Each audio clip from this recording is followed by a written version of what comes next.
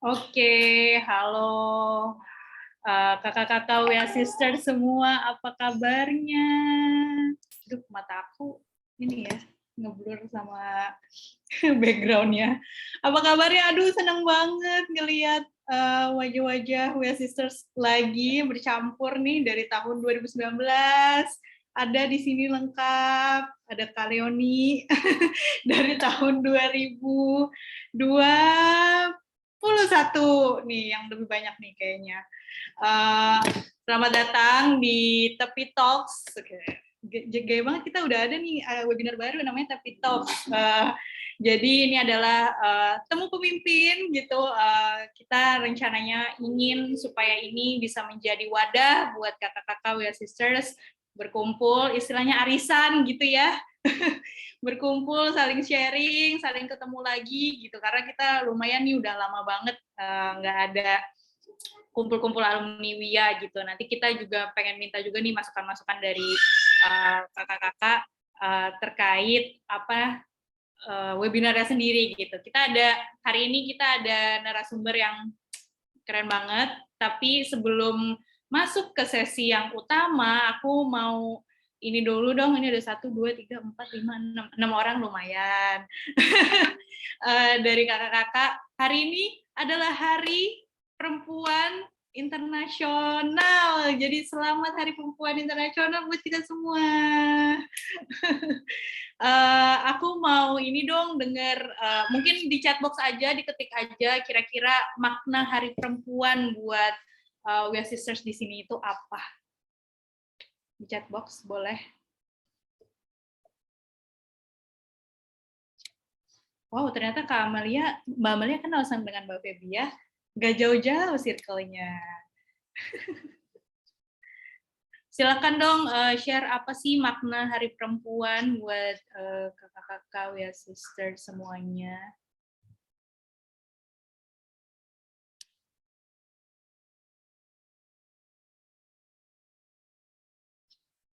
Panjang ya kayaknya ngetiknya.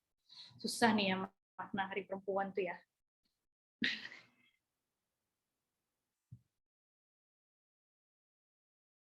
Ayo aku tunggu 1 aja boleh deh. Kalau nggak ngomong langsung juga boleh, nggak usah diketik. Kalau ada yang mau unmute, kita santai aja.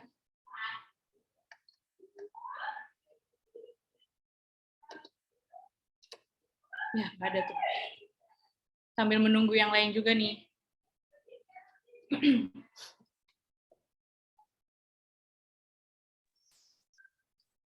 Irma mau share? Gara-gara di unmute ya. Iya. Lagi ngetik ini padahal. Tapi apa share langsung aja. Apa ya, sih? ternyata kalau ngetik itu harus kerja keras mencari kata-kata yang pas gitu ya. Iya. Iya sih, kalau bagi saya Hari Perempuan ini menjadi apa namanya pengingat ya, pengingat untuk kembali bersemangat, kembali menjadi apa ya, ingat kembali dengan cita-citanya gitu. Cita-citanya tapi bukan menjadi dokter sih sekarang. Ya setidaknya menjadi wanita yang bermanfaat lah kayak gitu.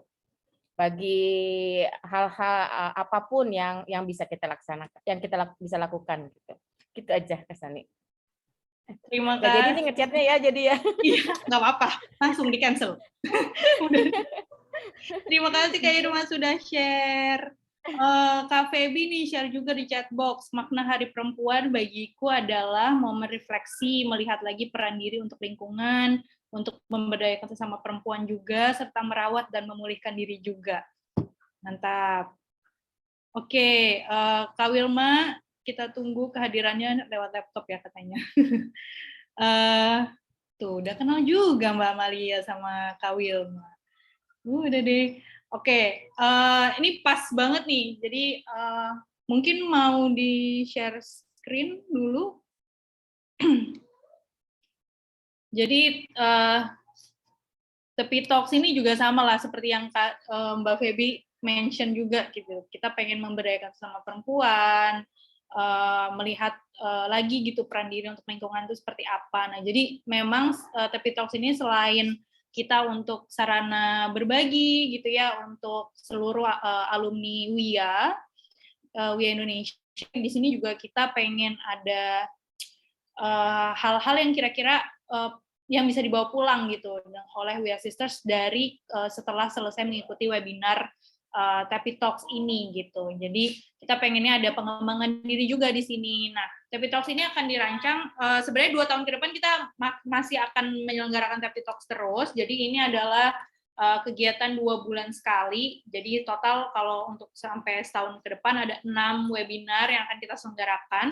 Sebenarnya nggak cuma untuk alumni WIA Indonesia aja atau aliansi kita aja, tapi juga nanti ada beberapa talks yang kita buka untuk umum, untuk publik. Jadi kakak-kakak di sini bisa share juga gitu ke networknya masing-masing untuk join nih Tapi Talks ini. Nah, nanti untuk hari ini, Tapi Talks sendiri cuma akan berlangsung 1 jam aja, 1 jam ke depan gitu. Hari ini kita akan ngobrolin tentang pengelolaan energi gitu. Mungkin kalau sekarang kayak kita udah berapa tahun nih WFH gitu ya, berapa tahun ini pandemi ini berlangsung gitu kayak nggak selesai-selesai gitu. Pasti ada hal-hal yang menjadi tantangan buat masing-masing WIA Sisters, terus penting banget nih topik hari ini karena kita akan mengelola energinya kita gitu, energi untuk diri kita sendiri mungkin ya, sama untuk organisasi atau kerja-kerja kita nantinya gitu. Jadi ini penting banget nih sesi hari ini. Nanti ada sesi sharing dari narasumber kita Mbak Amalia dan sekaligus ada sesi diskusi. Kemudian terakhir nanti kita dari tim WIA Indonesia mau minta feedback juga.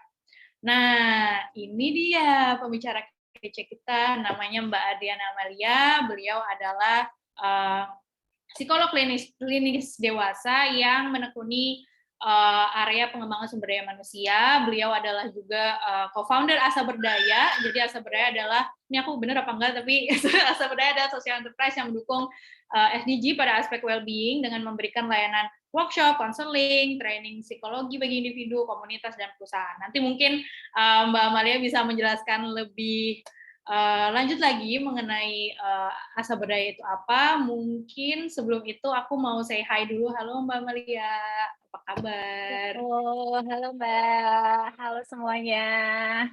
Kabar sehat survive. Yes. Terima kasih banyak nih sudah hadir di Tapi Talks pertama kita perdana nih dibuka oleh Mbak Amalia. Jadi mungkin nggak usah berlama-lama, aku akan serahkan layarnya ke Mbak Amalia. Silahkan, aku berikan waktunya. Thank you Mbak Sani. Selamat siang semuanya dan senang berjumpa dengan perempuan-perempuan leader dan juga yang memberdayakan diri bukan hanya untuk dirinya sendiri tetapi juga untuk lingkungan terdekatnya. Jadi hari ini senang banget bisa ketemu langsung dari layar. Mudah-mudahan dalam keadaan sehat dan baik juga. Nah, hari ini izinkan saya sharing sedikit tentang pengelolaan energi ya dan pengelolaan mental terutama kita ya untuk bisa tetap berdaya sebagai seorang leader. Nah, saya izin share screen terlebih dahulu. Oke.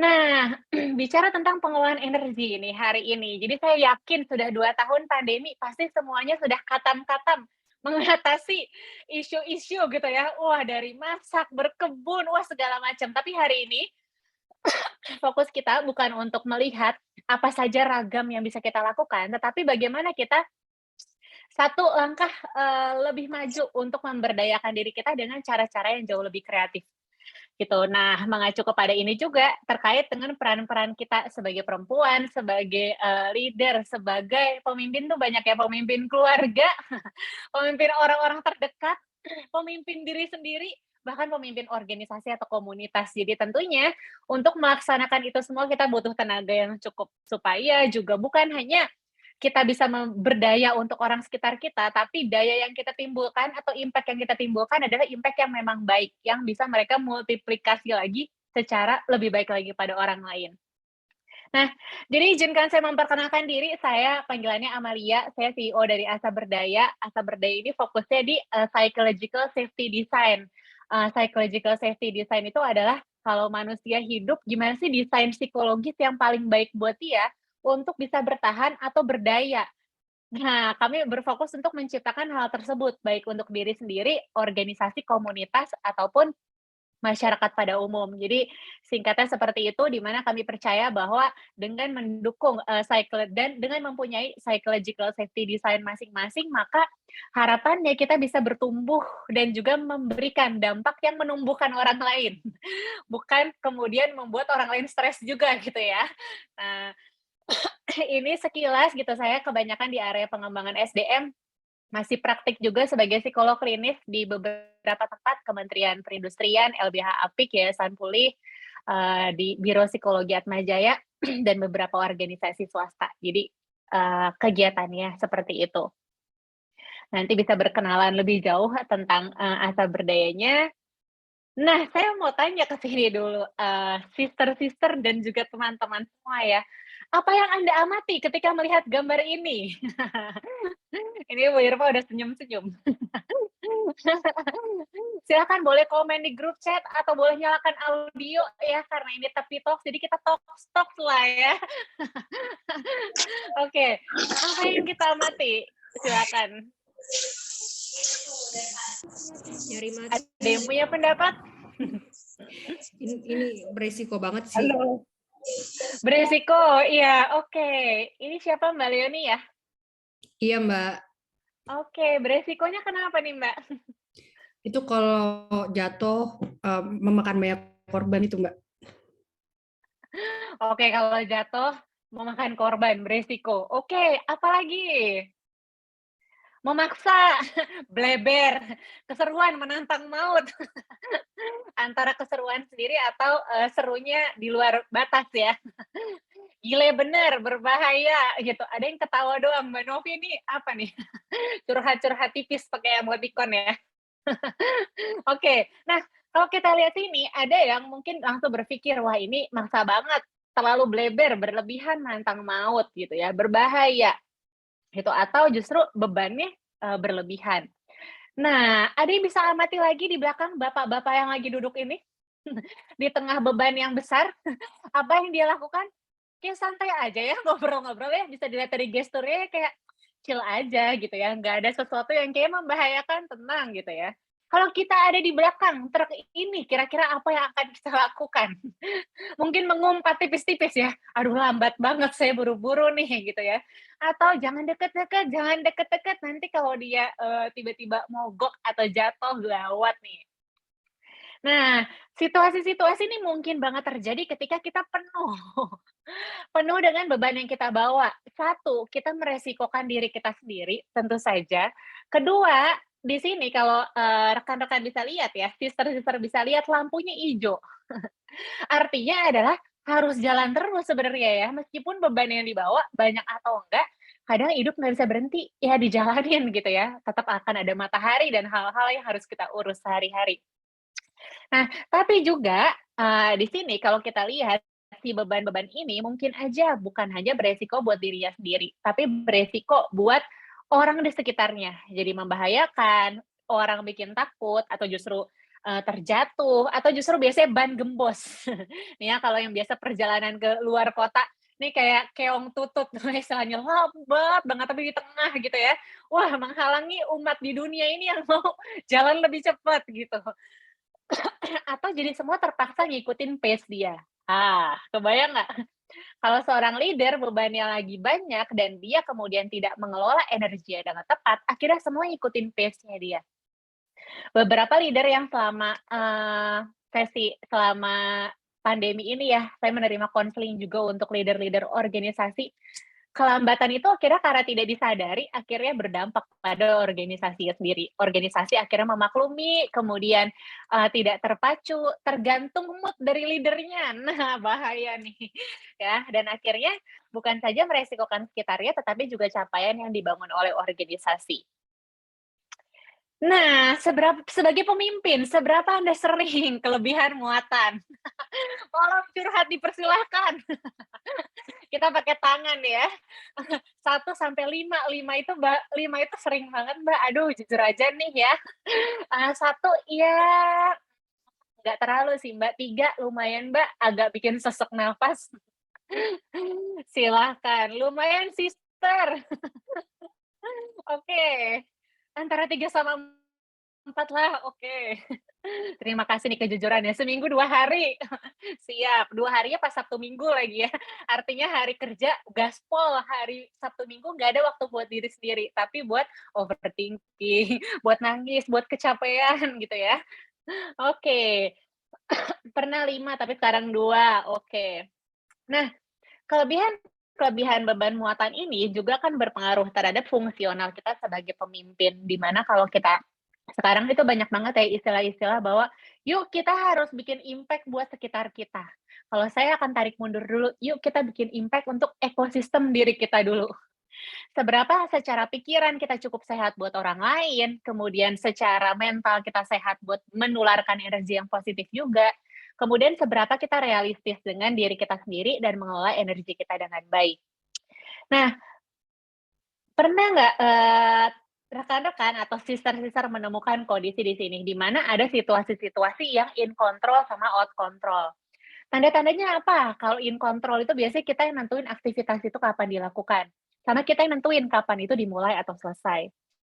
Atau kebanyakan out control, "Wah, ini terberi kepada saya harus melakukan ini, saya terpaksa melakukan ini," atau, "Ini di luar rencana, tapi ya mau nggak mau ya, yuk kita telan sama-sama yuk," gitu ya. Dan kemudian saya tidak menduga sama aktivitas-aktivitas ini, artinya adalah di luar perencanaan atau di luar kapasitas atau visioning yang tadinya kita bayangkan. Nah, ketika kita ada di situasi sebelah kanan, mungkin sekali kita mengalami yang namanya out control. Segala hal rasanya di luar dari kendali kita dan akhirnya kita ngerasa beban kita kebanyakan. Beban kebanyakan itu bisa jadi ya beneran banyak atau nggak banyak, tapi ngerasanya banyak. Nggak penting sumbernya dari mana ya, beneran kebanyakan, beneran 100 kilo atau rasanya 100 kilo, tapi yang paling penting adalah dampak dari 100 kilonya itu, baik perasaan kita sendiri ataupun muatannya emang berat. Nah, hari ini kita akan cari gimana sih caranya untuk melihat, menyalurkan hal itu ke dalam aktivitas-aktivitas yang memang justru ngebantu kita untuk lebih punya pengelolaan energi yang baik. Nah, di mana sebenarnya balance hidup itu sebenarnya adalah saat kita merasa dapat mengendalikan atau mengontrol situasi. Jadi bukan situasinya pasti terkontrol, enggak ada situasi yang benar-benar terkontrol, tapi kita ngerasanya bisa mengendalikan.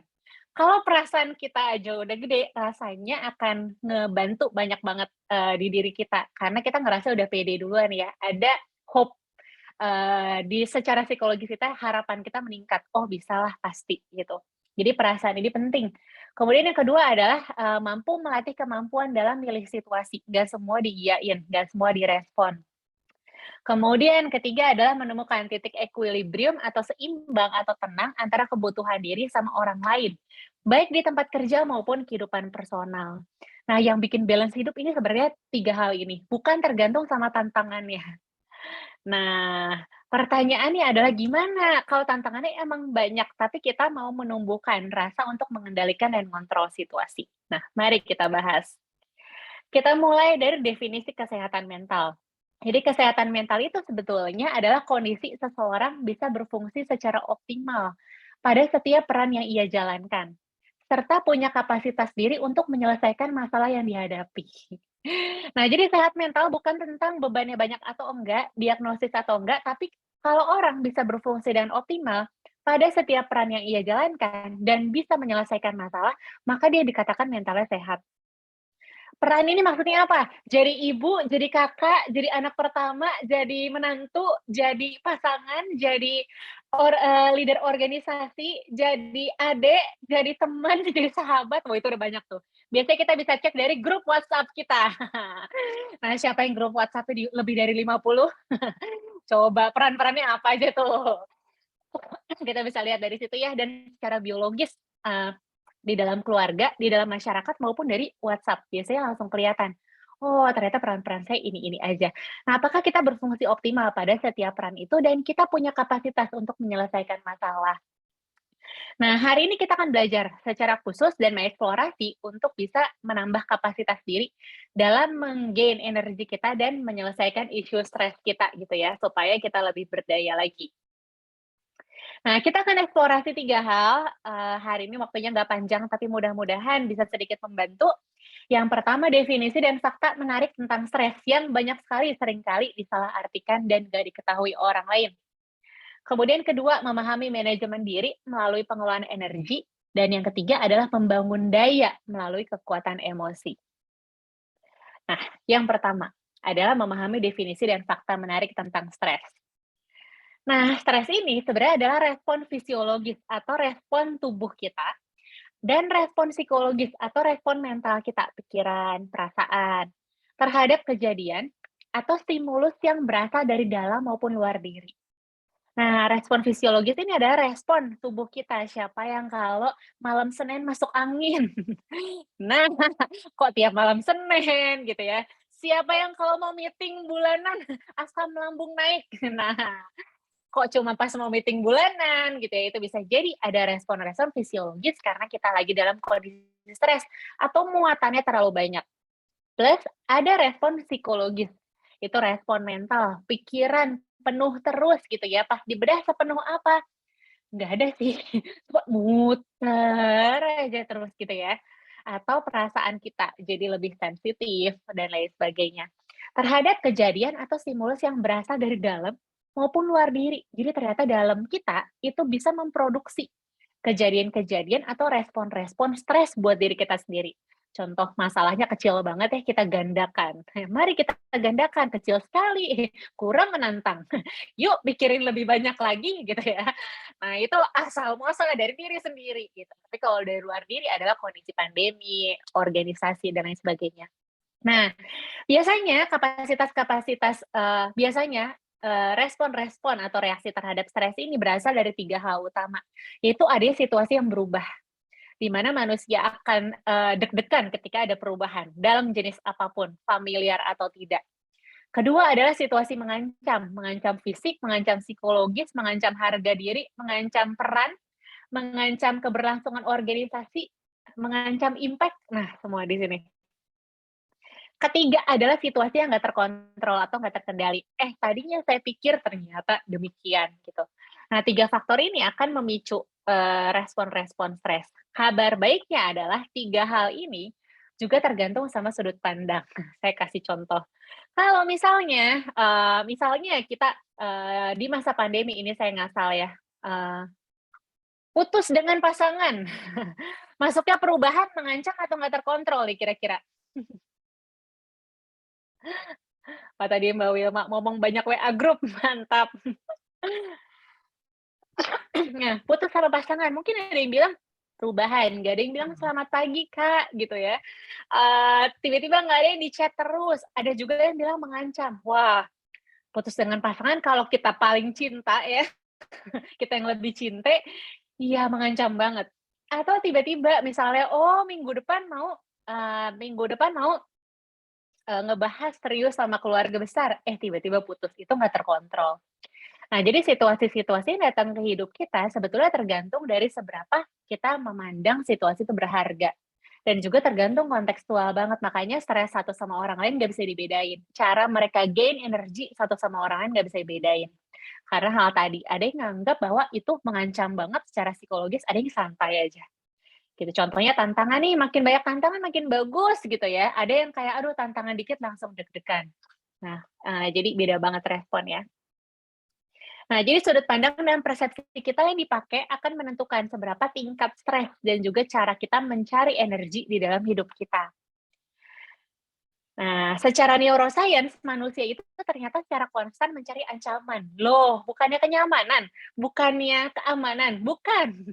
Jadi saat situasi stres justru manusia secara konstan mencari ancaman. Akan berpikirnya tuh kayak metal detektor di mall. Dia akan running terus. Itu dia kenapa kalau kita stres, apalagi jadi leader nih rentan stres. Biasanya ya, top manajemen leader itu tingkat loneliness-nya paling tinggi. Nah, cerita ke siapa ya ini gitu ya, nggak ada yang ngerti gitu. Tingkat loneliness lebih tinggi, tingkat stres juga tinggi. Nah, sedangkan tingkat stres itu tinggi, ternyata ini selaras dengan manusia akan mencari ancaman gitu. Kenapa cari ancaman? Otak itu sebetulnya baik banget. Saking baiknya, dia akan langsung mencari potential risk yang ada di sekitar kita dengan nge-scanning lingkungan kita sebaik-baiknya untuk ngasih tahu kita, "Hey, hati-hati loh bulan depan ada kayak gini. Itu belum selesai loh project. Kalau pandemi 3 tahun lagi sustain nggak nih bisnis? Eh eh wah pokoknya dia ngasih tahu terus ke diri kita ya. Semakin kita stres, semakin banyak bisikan-bisikan atau informasi-informasi potensial risk itu. Tapi otak ini baik. Dia itu pengen jadi teman kita, saking pengen jadi teman, overprotective. Kayak sahabat kita, "Hati-hati loh nanti, nanti udah bawa ini belum? Udah bawa itu belum ya?" Dia akan terus tetap ngingetin kita. Oleh karena itu, ketika kita nggak bisa mengelola stres kita atau mengumpulkan energi kita, maka secara konstan otak kita akan mencari potensial risk lebih banyak. Itu dia sumber overthinking dan cemas pertama nih, adalah nggak mampu untuk diemin metal detector di kepala kita. Itu pertama. Nah, apakah itu selalu fakta? Enggak. Tugas dia emang akan cari potensial risk. Tugas kita adalah milah, oh ini penting, ini enggak, ini penting. Tapi dia akan tetap memproduksi informasi potensial risk buat kita. Nah, tujuannya adalah pengen ngelindungin, hati-hati ya, nih tulis dulu, nanti jangan sampai kenapa-napa, nih aku kasih tahu ada bahaya lagi loh, gitu. Tapi akhirnya seringkali bikin kita overwhelm ya, wah kebanyakan nih masalah hidup kita, gitu. Nah, jadi salah interpretasi. Kemudian dalam kondisi stres kita menghasilkan energi. Bisa jadi energi mentalnya banyak, biasanya orang lebih mudah capek kalau kebanyakan energi mental ya, karena muter terus, atau ke fisik. Jadi mudah lelah, atau justru termotivasi untuk kerjain banyak hal. Dalam kondisi stres yang berlebihan, otak logis juga tidak bekerja dengan optimal. Artinya adalah, ini berkaitan sama peran leader, yaitu kemampuan mengambil keputusan, kemampuan untuk bikin analisa, kemampuan untuk capture atau melihat pola-pola, kemampuan untuk bisa mengendus potensial masalah itu jadi berkurang. Nah, ini yang akan mengancam biasanya di level top manajemen. Kenapa? Karena ketika stresnya berlebihan, maka otak logisnya akan freeze. Itu dia kenapa nggak konsen-konsen gitu ya. Kok nggak menghasilkan apa-apa nih Mbak? Ini jawabannya. Oleh karena itu, otak logis kita bekerja paling optimal ketika emosi kita dalam keadaan seimbang. Ketika perasaan kita dalam keadaan baik dan energi kita baik. Apakah baik itu artinya positif terus? Tidak, tentu saja gitu ya. Tapi seimbang, kita tahu kapan harus gain energi, kita tahu kapan harus nguras energi buat bertanggung jawab pada peran-peran dalam hidup kita. Nah, mari kita kenali, ini mungkin saya singkat aja, pasti di sini sister-sister sudah tahu juga ya tentang tanda-tandanya, singkat saja. Oke, oh sorry.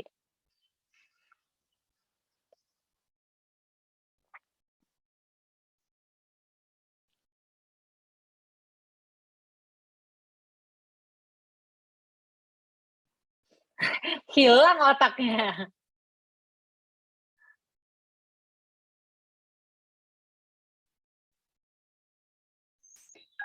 Kak, suaranya Nggak masuk ya? mungkin di stop share dulu, terus nanti sound-nya. Ternyata sound-nya belum diklik. Oke, saya ulang sekali lagi. Siapa yang ada udah mau jawab malah ibu ngomong hilang jawabannya di otak manfaat dari menghemat tuh kan hilang otaknya. Otaknya hilang. Oke. Ternyata otak bisa hilang ya kata si Ade ini ya. Nah, berkaitan sama hal itu, rekan-rekan, ternyata bukan otaknya hilang, tetapi kemampuan konsentrasi kita pasti akan hilang ketika bebannya besar. Gitu ya. Ini natural kepada semua orang. Nah, ketika kita dalam kondisi stres, kita bisa menyimak 4 hal ini. Ini contohnya lagi naik roller coaster ya. Ada yang tiba-tiba naik roller coaster bahunya tegang. Ada yang yuk senang, wuhuu. Gitu ya, yang lain udah muntah-muntah tuh kayak udah cukup gitu ya. Yang lain lanjut gitu. Ada yang mati nih gua, pasti mati. Nanti kenapa-napa nih ya. Negative thinking. Ada yang diam muntah. Nah, di kondisi stres, ini adalah notifikasi yang biasa ditimbulkan oleh tubuh ketika kita kehilangan energi atau ketika kita berada dalam kondisi tension atau tegang terus-menerus. Kayak handphone, cara kerjanya, handphone itu punya notifikasi ya. Tubuh kita punya notifikasi. Pertama, notifikasi pertama adalah dari fisik. Contohnya tuh bahu tegang. Notifikasi fisik. Kemudian notifikasi emosi atau perasaan. Emosi ini bukan marah ya, tapi perasaan sedih, marah, senang, takut, itu semua masuk ke dalam emosi. Perasaannya bisa senang. Dalam situasi yang tertekan atau menantang, bisa jadi kita happy, atau bisa jadi kita langsung takut ya, atau nggak mood gitu. Itu notifikasi kedua, perasaan. Notifikasi yang ketiga dari diri kita adalah pikiran. Negative thinking, cepet banget, mati nih pasti gua, nggak bisa nih pasti. Wah, nggak mungkin gitu ya. Yang keempat adalah perilaku, bukan fisik, tapi diam-diam muntah, diam-diam deaktif media sosial, nggak bisa dicari rekan-rekannya. Iya. Nah, ini bisa jadi nih cara-cara tubuh menginformasikan kalau kita lagi butuh waktu dan lagi stres, dan kita kurang energi di dalam diri. Nah, ini selintas saja sebelum nanti kita masuk exercise. Ini boleh di screen capture, boleh diingat-ingat aja gitu ya. Biasanya yang dari pikiran adalah sering lupa, sulit ingat, nggak fokus, penilaian dan pengambilan keputusan jelek. Wah, ini berbahaya untuk leader di area ini. Pesimis dan berpandangan negatif bahaya juga. Ketika rekan kerja kita bilang, ada cara nih, nggak bisa deh. Nah, tapi ternyata tidak bisa itu bukan didasarkan sama analisa yang baik, tetapi bocor stres pribadi kita sebagai pemimpin. Tuh, kemudian ada lagi kecemasan yang meningkat, biasanya rusuh gitu ya kondisi dirinya. Terus kalau perasaan mood swing, naik turun, terganggu sama hal kecil yang biasanya nggak bermasalah, mudah marah, sulit santai, terus merasa terbebani, merasa kesepian, merasa nggak bahagia, sulit disenengin. Biasanya hal-hal itu bikin senang, tiba-tiba kok kayaknya nggak senang, biasa aja deh semua hidupku gitu. Nah, ini tanda-tanda nih. Kemudian tanda-tanda dari fisik. Nah, ini selain karena usia, tanda-tanda stres juga dari fisik ya. Rasa nyeri dan sakit yang mulai berkembang, gangguan pencernaan, mual, tekanan darah, flu terus, masuk angin terus, ruam-ruam merah, gatal-gatal.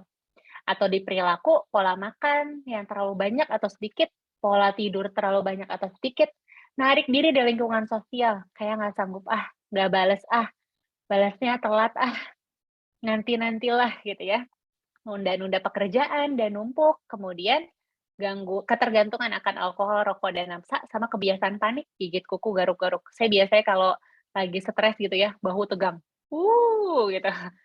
Ini kenceng nih, terus kaki biasanya nggak sengaja gitu kayak lagi ngejahit. Nah, ini tanda-tanda dari fisik nih yang keluar secara otomatis. Nah, menariknya adalah dari 4 notifikasi ini ya, tanda-tanda di tubuh ini, tanda-tanda ini akan keluar dari notifikasi yang paling sering kita baca. Sama nih kayak teman kita. Kalau teman kita mudah nyari kita di WhatsApp, maka mereka akan cari kita di WhatsApp dulu. Kalau kita responsif banget di Telegram, mereka pasti akan cari kita di Telegram. Nah, diri kita secara psikologis juga akan kayak gitu. Ketika dia stres, dia akan nyari mana nih yang paling dibaca ya sama diri kita. Notifikasi yang paling kebaca tuh dari mana ya? Oh, dari pikiran. Nah, dia akan munculin di pikiran. Oh, dari fisik, dia akan munculin di fisik. Jadi, semakin kita ngerasa sakit, itu adalah tanda-tanda bahwa dia lagi gedor-gedor. Hei, berhenti. Ayo, ada yang salah nih. Ada yang nggak cukup nih energinya. Ada yang bikin stres banget nih. Gitu. Makanya, ketegangannya biasanya akan meningkat gitu. Nah, kemudian caranya gimana kalau gitu mengatasinya ya? Memanajemen diri melalui pengelolaan energi. Nah, sistemnya adalah kayak deposit sama withdraw, kayak nabung. Kita nggak bisa mengharapkan withdraw kita atau pengeluaran kita banyak, tapi kita nggak pernah nabung. Nah, ini artinya kita jadi zombie gitu ya. Wah, udah kita lakukan semua tapi energinya udah nggak ada. Tiba-tiba bisa meledak, duar. Nah, karena energi yang kita tabung itu lebih sedikit daripada yang kita keluarkan. Oleh karena itu, bicara tentang pengelolaan energi adalah bicara tentang deposit sama withdraw-nya. Saya udah nabung berapa banyak ya? Itu kalau di kondisi saya setiap pagi, terutama di masa pandemi ini bangun, saya cek baterai kesehatan mental saya hari ini berapa ya? Kayaknya cuma 40% deh, kayak saya nggak punya tenaga buat kerja. Oh yaudah, saya deposit dulu tuh biasanya pagi-pagi, setengah jam, 1 jam, baru saya mulai kerja. Nah, sehingga saya nggak kerja dengan baterai 40%. Biasanya masuk kantor udah rusuh duluan. Nah, apa tuh sih Mbak? Amal pagi-pagi udah rusuh. Nah, ini bisa jadi gitu ya, karena energi untuk beraktivitasnya masih kurang. Tuh. Nah, kemudian ini ada aspek-aspek atau dimensi dalam energi. Dari mana sih kita bisa menggain atau ngumpulin energi kita? Nah, pertama dari fisik atau tubuh. Ini energi dasar. Makan, berenang, rutin jogging, atau olahraga, tidur cukup. Tidur biasanya 7-8 jam atau tergantung masing-masing tubuh gitu ya. Makan sehat ini kenapa makan sehat? Nanti bisa dicari, ternyata kita punya namanya otak kedua di usus kita. Di mana otak kedua di usus kita memproduksi 70% hormon kebahagiaan. Nah, makanya kalau stres ada yang suka makan, jangan. Itu adalah tipuan. Itu tipuan karena kenapa? Usus kita memproduksi hormon kebahagiaan. Dia akan cari makanan yang akan memuaskan dengan segera efek psikologis yang menyenangkan hati kita. Nah, itu tuh. Berenang, rutin jogging, atau beraktivitas olahraga disarankan 150 menit per minggu dengan ritme yang sedang ya. Sedang tuh artinya adalah jogging, lari-lari tipis gitu. Kemudian mental dan pikiran, ini mengelola energi mental dengan lebih sehat atau semakin fokus semakin efisien. Contoh, grateful, tidak banyak mikir hal yang negatif, positif tapi realistis, nggak peduli apa kata orang gitu ya. Kemudian nggak semua kita dengerin atau kita masukin ke otak, otaknya nggak cukup nih, RAM-nya terbatas gitu. Kemudian emosi atau pikiran, perasaan positif akan melahirkan kualitas energi yang lebih recharging, lebih lively. Nah, sumber-sumbernya ini nanti saya bisa jelaskan lebih lanjut ya, cara nyari sumbernya. Kemudian terakhir adalah spiritual. Spiritual ini bukan saja tentang keagamaan, tetapi juga tentang panggilan hidup, dorongan hidup, dampak yang kita hasilkan, seberapa kita ngerasa bermakna sama hidup. Ini jadi energi spiritual juga. Gitu. Nah, 4 hal ini yang akan kita exercise secara sederhana di dalam sesi ini. Nah, ada video juga nih.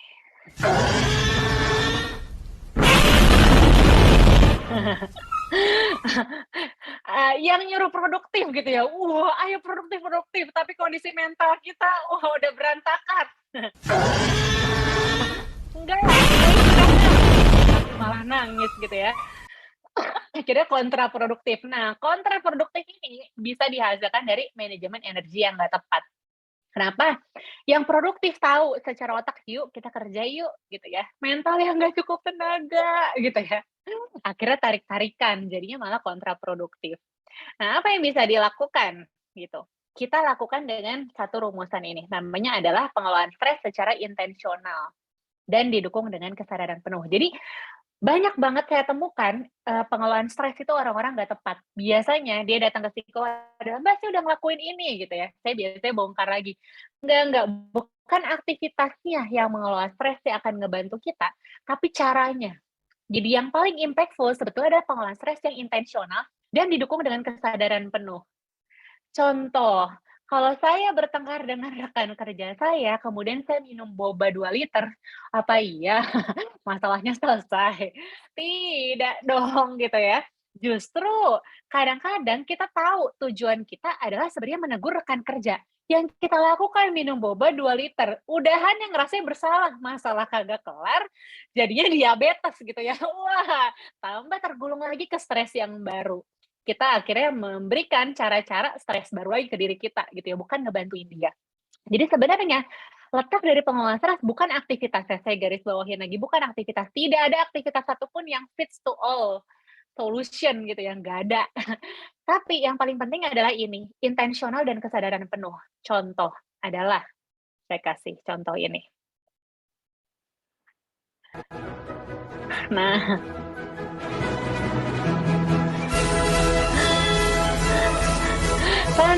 tenang gitu ya. Mana ada yang bisa tenang di dalam situasi lagi kerusuhan banget kepalanya ya, nggak ada yang bisa tenang. Nah, jadi bukan tentang bagaimana kita menenangkan diri atau baca quote sebanyak-banyak, enggak, tapi tentang intentional tadi. Saya kasih contoh. Nah, intentional tadi adalah pertama, kita harus nyari sumber masalahnya itu di mana sih yang kita rasakan. Diri, orang terdekat, tempat kerja, organisasi, atau komunitas. Contoh, keluarga gitu ya. Kenapa keluarganya? Sumber masalahnya apa? Sumber masalah udah didapat, masuk ke langkah yang ini. Ini contoh kasus ya. Misalkan Tono bertengkar dengan rekan kerjanya karena rekan kerjanya nggak tenggat waktu mengumpulkan report.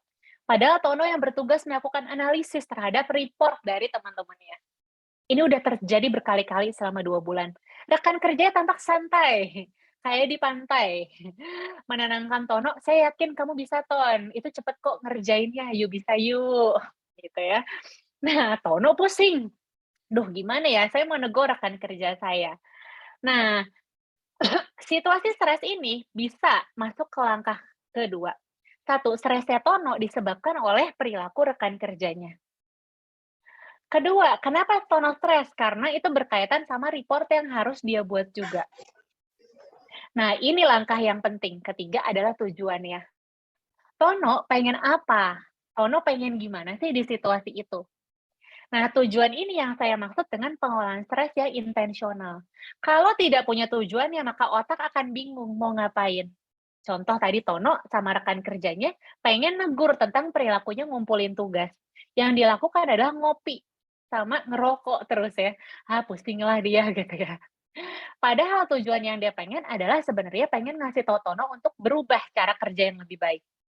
Nah, ketika kita salah tujuan, biasanya otak kita tambah stres. Bukan itu yang harusnya dilakukan.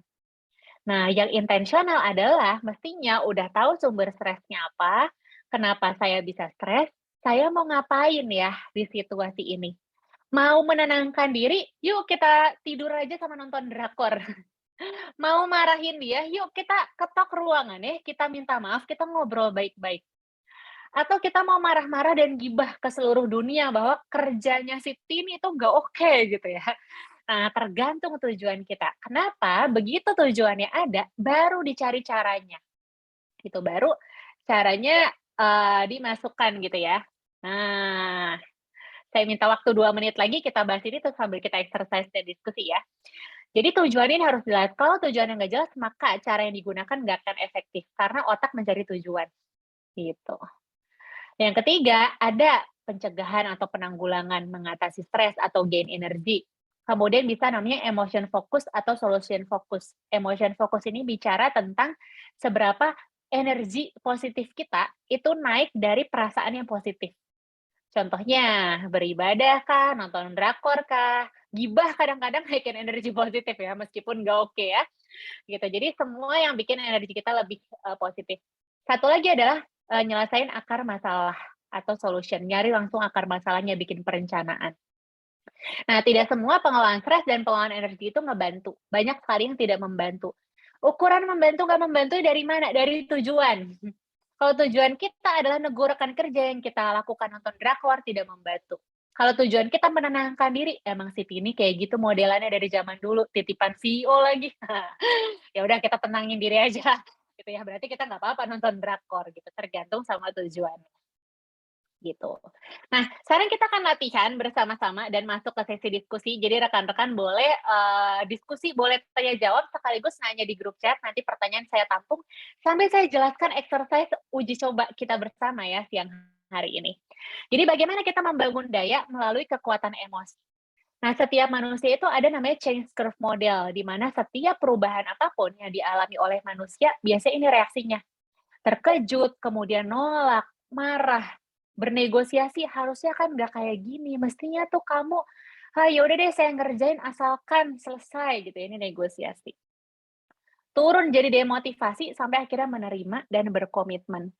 Nah, kebanyakan orang ketika dalam situasi stres atau perubahan, ngerasanya harus melalui ini semua. Padahal kita bisa bikin hack di sini, di warna kuning. Nah, di exercise nanti kita akan belajar untuk bikin hack ini. Hack ini maksudnya apa? Sebelum kita masuk ke demotivasi sebagai pemimpin, kita bisa mengarahkan untuk buru-buru nerima kondisi dan mencari cara atau opsi sebaik mungkin, sebanyak mungkin yang bisa kita lakukan. Jadi bukan dari besarnya masalah yang kita hadapi, tapi apakah opsi kita cukup banyak untuk memberdayakan diri kita sehingga kita nggak masuk ke fase demotivasi. Jadi kapasitas kreatif dan pengelolaan diri akan mempercepat proses adaptasi kita di situasi yang memakan energi mental. Gitu. Nah, gimana caranya? Kita masuk saja ke dalam exercise ya. Ini saya udah masukin di exercise juga. Jadi kita langsung bahas dari situ saja. Sambil kalau ada yang mau tanya, dipersilakan banget untuk langsung taruh di grup chat kali ya. Nanti sambil saya jawab, kita sambil jelasin exercise-nya. Ya. Nah, oke. Ini link Miro-nya juga dipersilakan, boleh di-open. Saya jelaskan sedikit sambil boleh disiapin pertanyaannya. Nah, jadi di sini ada link Miro. Saya tadi tanya ke panitia, katanya sudah banyak yang terbiasa ya menggunakan Miro, jadi saya nggak jelasin terlalu banyak. Nah, di sini ada beberapa kanvas. Nah, cara ngerjainnya adalah kita akan mengerjakan berdasarkan satu orang punya 5 kanvas ke samping. Nah, jadi masing-masing orang segini nih, gitu. Nah, ada kotak kosong yang pertama, kita tulisin apa? Nah, kita silakan cari gambar. Di sini sebelah kiri ada Google Image Search ya, atau boleh ambil dari laptop ya. Cari gambar yang menggambarkan kondisi energi kita belakangan ini. Contoh. Oh, ini kayaknya, oh ada kendala. Nggak apa-apa, cari aja nanti dari ini ya, dari Google, cari gambarnya. Contoh, gambar saya misalkan adalah gambar tsunami gitu ya. Nanti saya taruh gambar tsunami. Oh, energi saya kayak tsunami banget nih, berantakan gitu ya. Jadi, kolom pertama, cari gambar yang menggambarkan energi kita belakangan ini. Kemudian, yang kedua adalah nanti kita taruh pakai sticky notes, aktivitas yang membantu kita mengatasi stres. 1 sticky notes, 1 aktivitas. Contoh kalau saya adalah berkebun, gitu. Kemudian adalah nonton drakor. Nah, kita taruh sebanyak-banyaknya di sini nih. Ya. Nah, sekarang boleh pilih dulu kali ya, sambil milih kanvas mana, boleh dikasih nama di kanvasnya sambil kita coba kerjakan. Gitu. Yang poin ke 1 sama 2 dulu ya, sambil kita tanya jawab, nanti 3, 4, 5 terakhir, setelah 1 sama 2 selesai. Oke, sambil kalau ada pertanyaan boleh langsung ditanyain.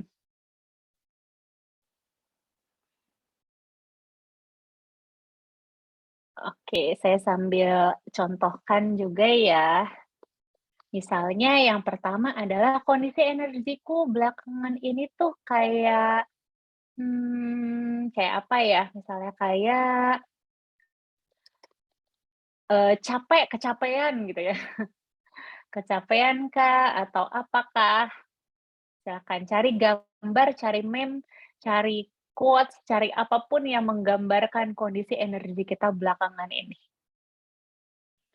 Nah, saya sambil cari juga nih contohnya di diri saya. Oke.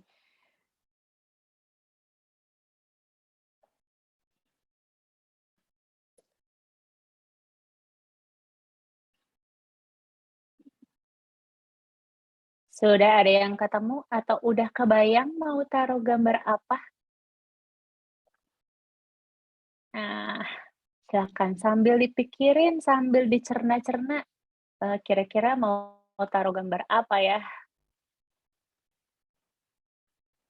Nah, contohnya kalau saya adalah, nih saya masukin juga, saya adalah belakangan kayak tsunami. Saya baru selesai operasi kista, kerja di kantor banyak banget, seperti badai. Nah, ini contohnya. Saya kasih cari waktu 1 menit kali ya, sambil kalau ada pertanyaan dipersilahkan.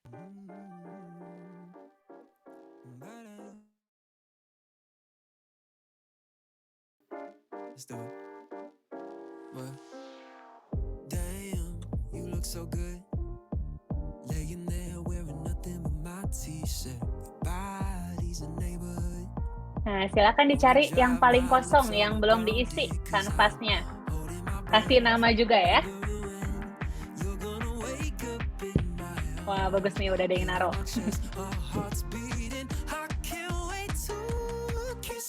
Kak Amalia mau tanya dong, boleh. gambarnya tadi ambil di mana? Oh, oke. Ambil di mana gambarnya? 1 boleh download dulu di Google, kemudian nanti dimasukkan ke sini, dipindah. Oh, oke, download di Google. Oke, thank you. Ya. Nah, ini kelihatannya saya lagi klik di bagian Google Image Search, tapi dia lagi temporary unavailable. Mungkin lagi gangguan kali ya. 불빛 어둡기만 한 내 삶을 뒤집어 놓나 나 어쩌면 아무 Gitu. Jadi bisa diupload juga di sini. Kalau lihat di Zoom ada tanda kotak, tanda panah, itu diupload, bisa klik upload, cari dari device atau dari via URL bisa dimasukkan juga. Tinggal taruh di sini linknya.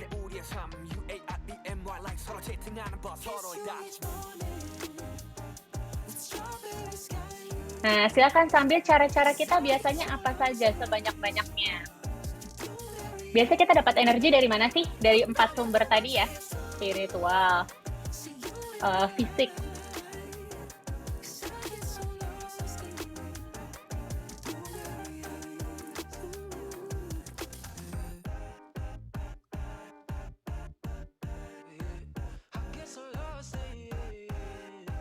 Nah, usahakan coba cari 10 cara untuk gain energi yang biasanya cocok sama kita. Supaya nanti kita exercise gimana sih melihat itu efektif atau enggak ya.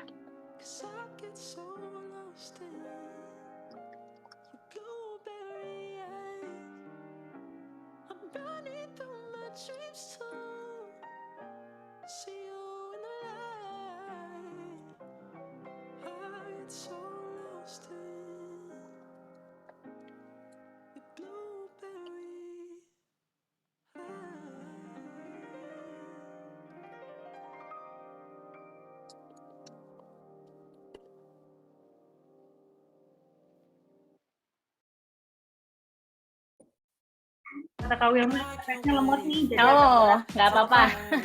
Nanti nyambi. yang penting kan bisa apa ya, mungkin tahu cara-caranya gitu ya, step-stepnya seperti apa, nanti bisa exercise. Bener banget. Ya, sambil kita reflektif nih sebagai perempuan dan sebagai leader ya. Kita kalau dapat energi dari cara apa aja sih? Harus yang kita ngerasa senang atau harus kita ngerasa energinya langsung naik lagi?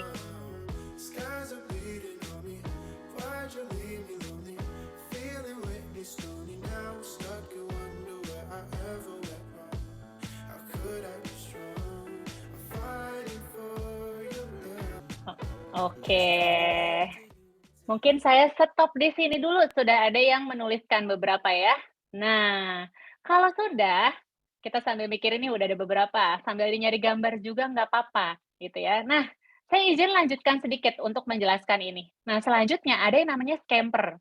Mungkin rekan-rekan ada yang pernah tahu atau mungkin kalau belum tahu saya izin jelaskan sedikit ya tentang scamper. Scamper ini tools atau teknik untuk mencari ideasi atau mencari ide-ide baru yang orisinil, yang variatif gitu. Nah, setelah kita memetakan sumber-sumber stres kita di sini, tahap selanjutnya adalah sebetulnya kita kasih angka dari 1 sampai 10, seberapa itu bermanfaat atau impactful buat kita. Artinya, saya akan kasih angka misalkan, 1 itu tidak bermanfaat atau impact-nya rendah buat kita gitu ya. Kemudian 10 itu impact-nya gede banget misalnya. Nah, kita kasih tanda, contoh berkebun buat saya 8. Nonton drakor buat saya biasa aja sih 6 gitu ya. Kemudian ibadah, oke 8 lah. Minum coklat panas, 8. Mandi air hangat, wah ini saya mau kasih 12 kali atau 10 ya. Saya waktu di awal pandemi sering banget mandi air hangat, karena dia punya efek terhadap tubuh ya, untuk bikin rileks. Telepon teman ketawa-ketawa, 8 deh gitu. Oke sih, tapi temennya kadang-kadang kebanyakan cerita. Gitu. Terus ini 6 misalnya.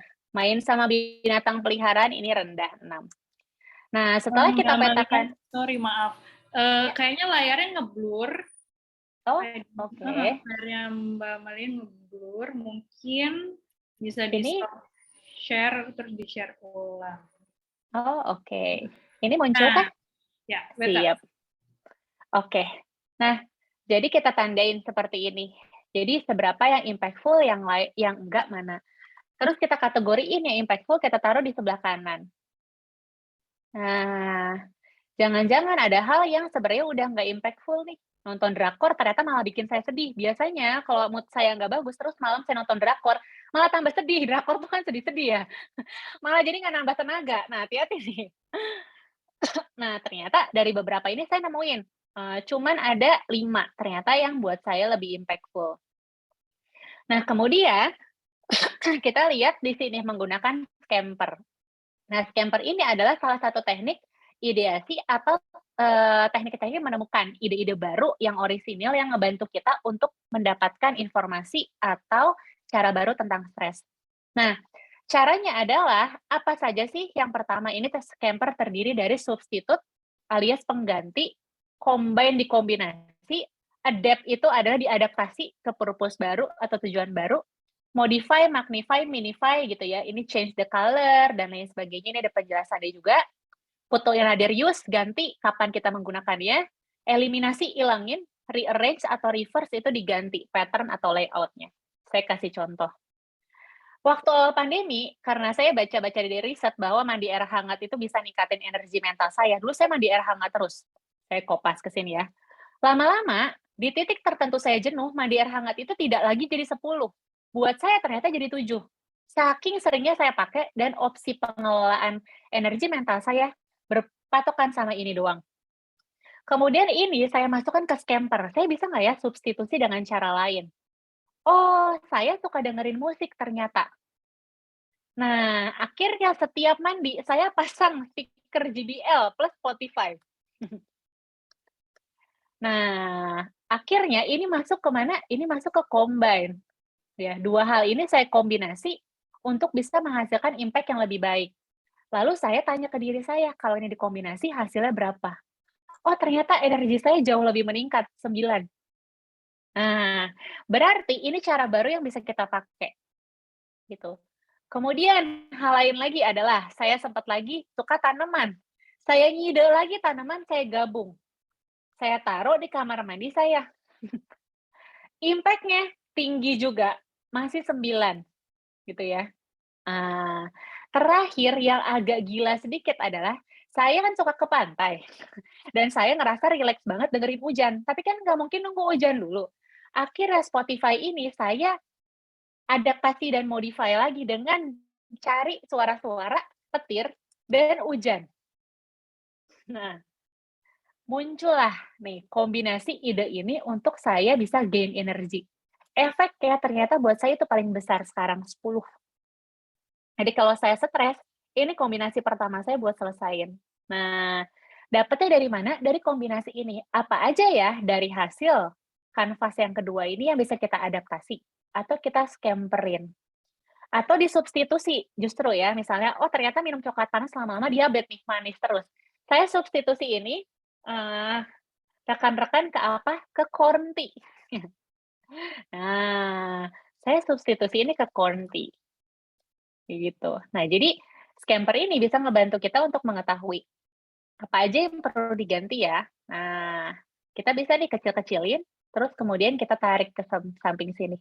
Oh, ternyata ini kombinasi yang baik buat saya. Gitu.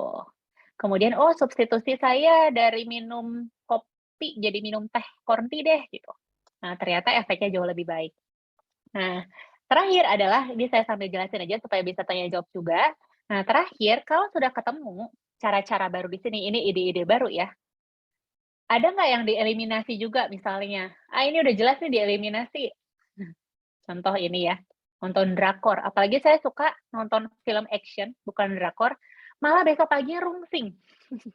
Kenapa? Karena terlalu banyak kekerasan yang ada di film action, malah saya ngerasa energi saya lama-lama habis nonton gituan. Pagi-pagi biasanya bangun tidur tuh nggak enak, capek. Nah, berarti eliminasi film action. Jangan dilakukan lagi. Gitu. Nah, kemudian kalau sudah petakan ini, kita bisa kopas lagi nih ke sini. Kalau corn tea, kita masukkan, ini namanya effort impact model ya. Kalau corn tea, usahanya seberapa tinggi bikin corn tea? Buat saya lumayan, soalnya corn tea itu harus ngerebus dulu. Saya biasanya pakai yang ngerebus tuh dari biji-biji. Lama rebusnya. Dampaknya oke nggak? Kita tarik, dampaknya sih tinggi. Nah, ini ke samping itu dampaknya tinggi, ke atas itu usahanya tinggi. Berarti corn tea itu di nomor 2 buat saya. Dampaknya tinggi, tapi usahanya tinggi juga. Nah, mandi air hangat. Buat saya, wah ini rendah. Usahanya rendah, tapi dampaknya tinggi.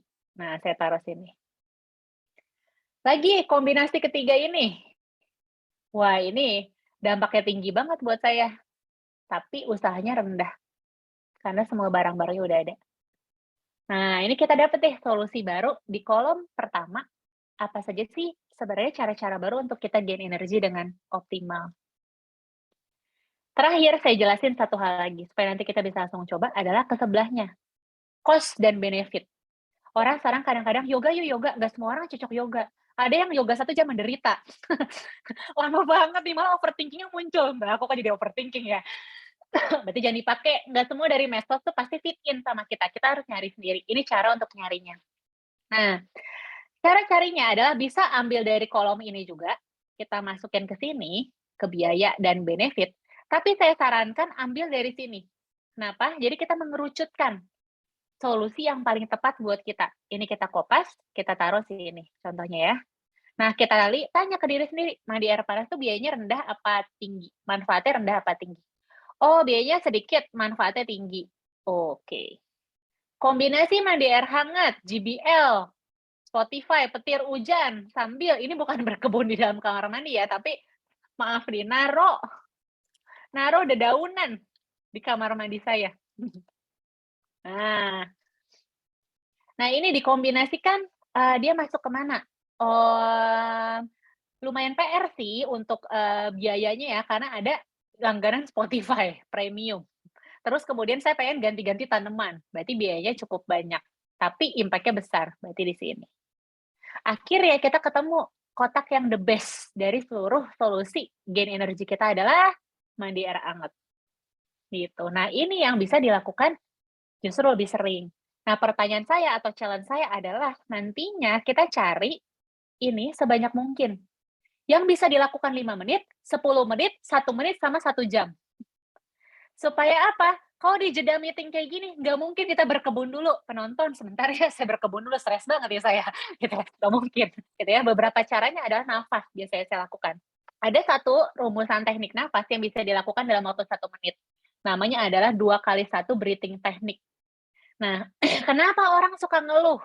Nah, orang suka ngeluh ternyata mekanisme tubuh kita kalau lagi stres atau kebanyakan ketegangan, dia akan cenderung pengen ngeluarin energi negatifnya. Dengan cara biasanya adalah, ya gimana sih bla bla bla bla bla bla bla bla. Gitu ya. Nah, ternyata itu mekanisme natural dari tubuh untuk ngeluarin energi negatif. Sehingga sebelum kita ngeluh dan bikin rusuh diri kita dan orang lain yang punya telinga ya, yang mau ngedengerin, kan capek ya. Nah, kita bisa ngebantu diri kita dengan teknik nafas 2x1. Contohnya adalah gini.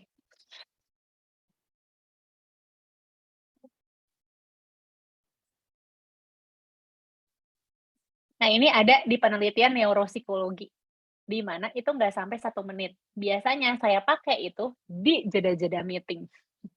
Nah, itu tambahan baru lagi nih, nafas 2x1. Nah, jadi diusahakan nanti kita punya bank data. Ini bisa 5 menit, ibadah setengah jam, telepon teman-teman setengah jam, mandi 5 menit, minum coklat 5 menit, berkebun setengah jam. Nah, kita punya bank data baru. Nah, ini yang kita pindahkan ke Scamper maupun ke sini, sampai dapat yang the best buat gain energi kita. Tuh. Silakan kalau sambil ada pertanyaan, teman-teman bisa sambil ngisi juga ya. Plus kalau ngisi sekarang jadi bisa didiskusiin kalau bingung, nanti saya sambil jawab tipis-tipis. Silahkan, kalau ada pertanyaan boleh ditanyain, kalau pertanyaan sensitif, aduh pengen nanya tapi takut ketahuan deh itu saya, direct message aja, nanti saya akan nggak bacain namanya, tidak dibacakan namanya, supaya sister-sister bisa tetap belajar tanpa khawatir bahwa itu masalah saya nih, gitu ya. Oke, silahkan, saya sambil puterin lagu, sambil kita coba exercise, kalau ada yang bingung boleh langsung sambil ditanyakan. In love for the night and forget in the morning. Play me a song that you like, you can bet I'll know every line. I'm the boy that your boy hoped that you would avoid. Don't waste Feast your eyes on jealous guys. Fuck that noise. I know Mbak Amalia better ada pertanyaan nih than to call you dari Iya. Kak Linda katanya. Ini nih kalau bikin ini ya, pas posisinya nggak stres ya? Iya, boleh stres, boleh enggak gitu ya. Jadi kalau saya biasanya adalah gini, otak itu cara kerjanya dia kayak laptop, dia akan cari recent file. Kalau kita terbiasa ngatasin stres dengan tidur, maka hal pertama yang akan dia cari adalah tidur. Tidur itu sarana gain energi. Padahal nggak semua hal bisa kita lakukan dengan tidur. Nah, metode ini sebenarnya bukan cuman jadi visual, tapi harapannya ini udah masuk di otak cepet. Oh ini nggak cocok, apalagi ya yang bisa saya cari? Oh ini, oh kombinasi dengan ini. Jadi scamper ini sebenarnya fundamental thinking-nya. Untuk kita nyari dan solving the problem dengan cara kreatif untuk mengubah apa yang bisa saya ubah dengan segera ya di kondisi sekarang. Gitu. Jadi ini empowerment-nya. Nah, ngerjain ini bisa dalam kondisi stres atau enggak. Kalau saya biasanya taruh dulu bank datanya, nanti kalau saya lagi ngerasa, oh ada cara baru nih ya, saya masukin di sini. Baru saya ukur dampak buat saya tuh itu seberapa besar ya? Oh 10, berarti bisa dipertahanin. Nanti ada waktu-waktu tertentu di mana saya hapus yang udah di bawah angka 6. Berarti udah nggak bermanfaat buat saya gitu. Nah itu bisa tuh dipakai dengan cara itu. Sekarang setelah 2 tahun pandemi, nih scamper cara kerja ini udah di otak saya semua. Dan ini kepake kerja juga sama kepake sebagai leader. Ketika ada masalah, saya nggak buru-buru kayak, gimana nih? Tapi bentar, ini bisa nggak ya? Ini bisa kombinasi apa nih? Oke, ini aja. Nah itu akhirnya berpengaruh juga terhadap pola-pola saya menyelesaikan masalah secara umum. Kenapa? Berkaitan sama hal ini nih, rekan-rekan. Berkaitan sama ini. Proses yang tadi kita lakukan di Mairo adalah sebenarnya proses di warna kuning. Sebelum situasinya stres, sebelum perubahannya besar, dan kita akhirnya demotivasi, atau marah sama situasi berlebihan, gimana sih kan harusnya ini tuh, gitu ya. Kita udah cari cara kreatif duluan. Nah, yang sulit adalah membangun fundamental thinking-nya di sini. Kita sebenarnya lagi memperbesar change ini di kapasitas mental kita. Sehingga kita nggak punya cara buru-buru kehabisan energi gitu ya di dalam keseharian, enggak. Sekarang saya udah kayak gini modelnya bukan cari sumber energi lagi, tapi pagi saya ngecek baterai saya berapa ya, 40%. Saya nggak mungkin lagi kerja 40%. Biasanya rusuh tuh pagi-pagi. Ini udah selesai belum? Ini udah belum? Ini di follow up belum? Biasanya rekan-rekan saya, Mbak, yuk breathing dulu gitu ya. Nah, bocor-bocor tipis yang sebetulnya tidak diperlukan di organisasi. Jadi biasanya saya pagi lihat dulu, oh saya kurang tenaga nih. Nah, saya alokasikan setengah jam di pagi hari saya untuk gain energi. Tahu gain energinya dari mana? Saya cari di sini. Mana yang bisa saya lakukan di pagi hari dengan waktu setengah jam, tapi impact-nya tinggi. Minum coklat panas. Ini saya lakukan di pagi hari. Berkebun, saya lakukan di pagi hari. Telepon tidak mungkin, tentu saja ya. Dan mandi air hangat juga tidak mungkin. Kenapa tidak mungkin? Dan tidak ingin saya lakukan. Mandi air hangat itu memicu relax. Mandi air dingin itu memicu energize. Jadi kalau saya mau tambah letoy di pagi hari, mandilah air hangat. Niscaya saya akan merasa peaceful banget hari itu ya.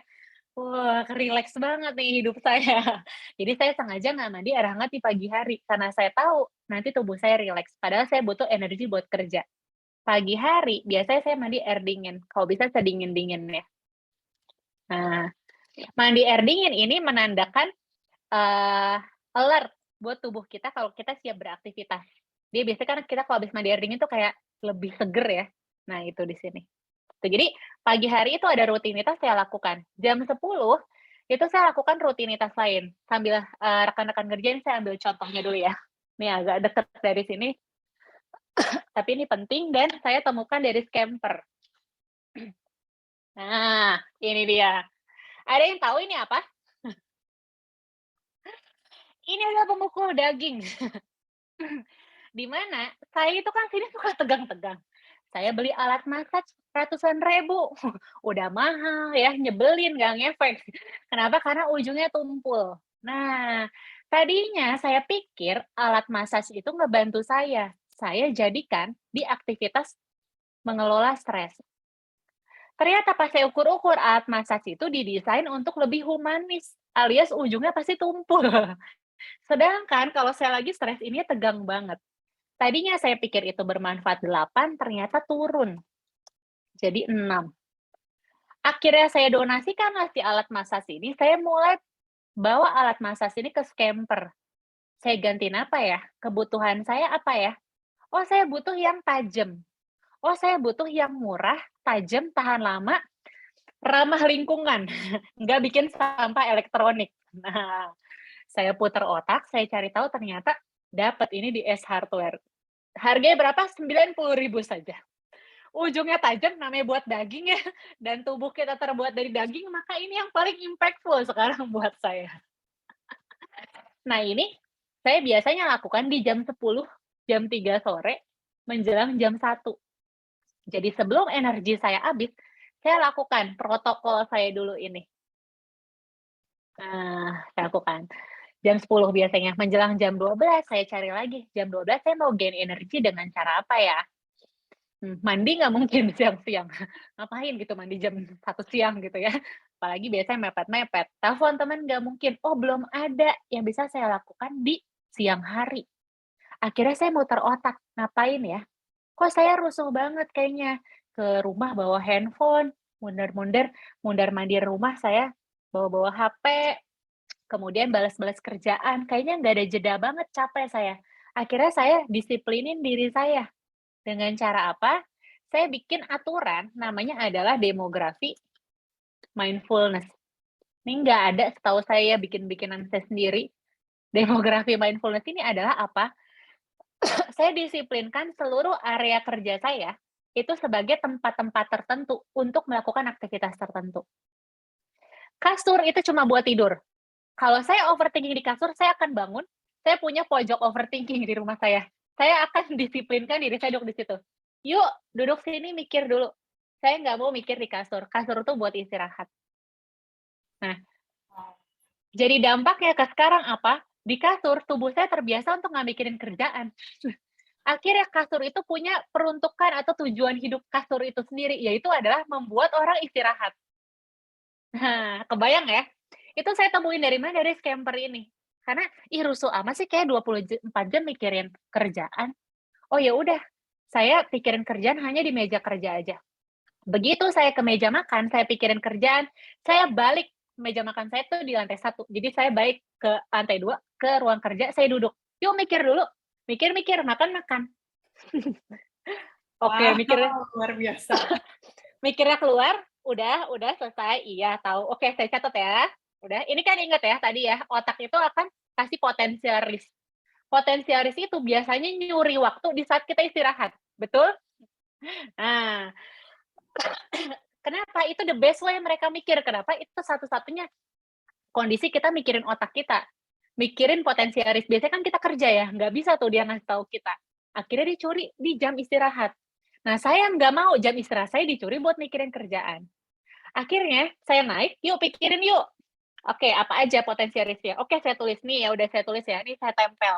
Saya inget kok ini nanti saya beresin setelah makan. Saya turun ke makan, dari langkah kaki saya kamar sampai ke meja makan, saya nggak mikirin apapun. Saya nggak bawa HP, saya nggak mikirin kerjaan. Saya simply living in the moment, jalan kaki ke meja makan saya. Udah. Itu saya dedikasikan sebagai waktu saya untuk demografi mindfulness atau rest. Berhenti. Cukup. Makan ya makan. Gitu. Nah, akhirnya 2 tahun ini dari scamper ini udah saya uji coba sendiri. Akhirnya mekanisme biologis dan psikologi saya terbiasa mengikuti ritme hidup saya. Nggak ada tuh dia bocor, overthinking di kasur, nggak ada. Gitu. Sampai bahkan saya beli Bardi. Mungkin rekan-rekan tahu ya, lampu Bardi ya yang bisa di-set dari handphone. Itu saya research di psikologi, ternyata lampu-lampu yang temaram itu membuat kita lebih rileks. Jadi saya set Bardi saya, jam 11 malam itu lampu akan otomatis temaram. Gitu. Lampu semua otomatis temaram, jam 6 pagi otomatis terang mentereng. Kenapa? Saya baca di riset psikologi bahwa cahaya yang terlalu terang ke mata itu akan bikin tubuh alert. Ketika tubuh alert, dia siap kerja. Nah, saya desain itu, yang dinamakan psychological safety design itu mendesain ekosistem diri kita supaya mereka menunjang peran kita.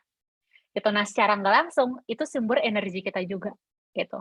Jadi jam 11 malam biasanya screen time handphone saya mati, handphone saya otomatis jadi black and white. Kenapa black and white? Biasanya kalau ada notifikasi, emang kan di media sosial rada-rada jahat ya. Warna merah bikin kita pengen pencet, ada apa nih gitu ya. Saya ganti hitam putih, bikin saya nggak tertarik buat buka. Kalau saya nggak tertarik buat buka, saya punya jam istirahat yang cukup. Nah, itu saya desain handphone, saya desain rumah saya desain cahaya gitu ya. Akhirnya itu yang nambah energi. Jadi kalau saya nggak punya tenaga atau sebagai leader kadang-kadang kan ajaib-ajaib ya kehidupan organisasi. Nah, ketika saya harus menghadapi sesuatu yang nggak terelakkan, ekosistem sekitar saya punya energi yang cukup buat menunjang saya. Ekosistem fisik saya punya energi cukup buat menunjang saya. Jadi golek ke sana. Itu sambil sharing-sharing. Nah, kalau ada pertanyaan silakan. Wah, aduh, nih dengar Mbak Amalia dengan pengalamannya mengelola energi ini jadi belajar banget, dan sebenarnya tadi dengerin Mbak Amalia tuh benar-benar kayak wow, relatable sekali ya dengan apa yang sedang aku secara pribadi lalui, dan mungkin relatable juga dengan teman-teman We Are Sisters yang ada di sini juga gitu. Terima kasih banyak nih, sebenarnya aduh masih banyak banget kayaknya yang mau curhatin dan ditanyain, tapi mungkin karena waktu kita sebenarnya udah lewat nih ya, udah terbatas, jadi mungkin nanti Mbak Maria bisa, kalau misalnya We Are Sisters ada yang membutuhkan konsultasi gitu ya, atau mungkin pertanyaan-pertanyaan di luar dari sesi ini, silahkan mungkin Mbak Maria bisa share nanti entah emailnya mungkin Kak ya dari nah itu dia. Saya ada jadwal praktek juga di sini, atau mau sharing atau mau DM ngobrol silakan. Saya senang banget berbagi sama leader ya, karena leader tuh sumber di organisasi. Segala. Sumber mental juga nih. Jadi leader yang sehat mental akan ngebantu organisasi juga sih, pasti saya yakin. Mantap. Aduh, keren banget. Terima kasih banyak Mbak Amalia sharingnya hari ini, belajar banyak banget. Semoga We Are Sisters yang juga menghadiri webinar hari ini tuh merasa terbantu gitu ya, untuk mengelola energinya sebagai pemimpin-pemimpin nih, pemimpin perempuan gitu ya di Indonesia. Semoga jadi ada tools nih, ada alat yang bisa dibawa pulang, yang bisa dipraktekkan langsung di rumah. Terima kasih banyak Mbak Malia, terima kasih banyak. Mungkin sebelum disudahi dan sebelum dari tim kita share untuk formulir evaluasinya, bisa Bu open cam dulu, kita mau foto dulu dong dengan semuanya. Ini siapa nih yang mau foto? Mungkin Kak Akila boleh. Sorry, pakai jilbab, jadi nggak ikut foto. Nggak apa-apa Kak Suraya, it's okay. Oke, silakan, kita masih tunggu siapa yang mau buka lagi. Aduh, akhirnya banyak banget ini, ramai. Oke, karena hari ini adalah Hari Perempuan, kayaknya kebanyakan kayak gini ya kampanyenya, mendobrak bias, mendobrak stereotip. Jadi kita foto pakai kayak gini ya. Yang mau screenshot Kak Wiwi dan Akila, ya boleh ya. Silakan tangannya diangkat. Aku aba ya. 1, 2, 3. Udah? Oke. Sudah, terima kasih banyak. Boleh di-unmute, dada-dada sama Kak Amalia dulu. Terima kasih Kak Amalia. Terima kasih semua. Sehat-sehat selalu. Terima kasih. Fisik dan mental. Nah, sebelum aku sudahin, mungkin tim We Indonesia boleh share formulir evaluasi. Di chat box sudah ada juga linknya. Silahkan di-share. Jadi ini Tepi Talk perdana nih, jadi pasti banyak banget yang harus di-improve, dan mungkin ada ide-ide lain dari kakak-kakak We Are Sisters semuanya. Aku mau minta masukannya untuk sesi hari ini. Silahkan diisi evaluasinya supaya lebih baik gitu. Yang berikutnya rencananya kita akan mengadakan Tepi Talks yang selanjutnya di bulan belum ya. Tepi Talks selanjutnya akan ada di bulan April, hari Kartini / hari Bumi, Earth Day. Jadi ditunggu aja nanti informasi selanjutnya dari Katari. Terima kasih banyak hari ini. Tadinya 1 jam ya, jadi 1,5 jam. Seru banget soalnya ngedengerin Mbak Amalia. Terima kasih banyak. Silahkan kembali lagi ke pekerjaan atau rutinitasnya. Selamat beraktivitas, sehat-sehat semuanya. Semoga kita bisa selalu terhubung di WhatsApp group. Jangan lupa kita ada Facebook group juga. Kalau belum join, silahkan join. Nanti informasi selanjutnya akan diinformasikan oleh Katari. Terima kasih banyak. Terima kasih. Terima kasih, Kak.